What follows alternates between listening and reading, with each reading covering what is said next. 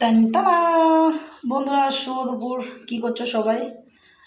সবার কি রান্নাবান্না হয়ে গেছে? আমার তো রান্নাবান্না হচ্ছে।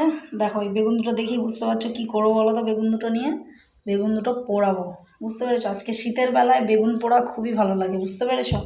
ভাত হয়ে গেছে, ডাল হয়ে গেছে। কদিন ভোর তো বাড়িতে লোকজন হচ্ছে জানো, বাড়িতে মিস্ত্রি মানে কাজের পুকুর উঠছে, তার কাজে লাগছে।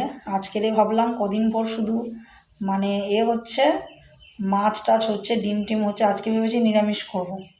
তো ওই জন্য ডাল করেছি, আলু ভাতে দিয়েছি, সিম ভেজেছি, আর এই বেগুন দুটো পোড়াবো আর একটু চাটনি করব, বুঝতে পেরেছো? তার জন্য বেগুনটা ভালো করে তেল মাখিয়ে নিচ্ছি, নিয়ে বেগুন দুটো পোড়াতে দেবো গ্যাসে। বেগুন পোড়া কার কার ভালো লাগে অবশ্যই কমেন্ট করে জানাও, বুঝতে পেরেছো? আর কার কার বেগুন পোড়া খেতে ভালো লাগে অবশ্যই কমেন্ট করে জানাবে।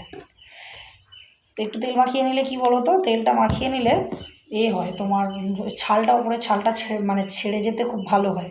উপরের ছালটা দারুণভাবে ছাড়ানো যায়।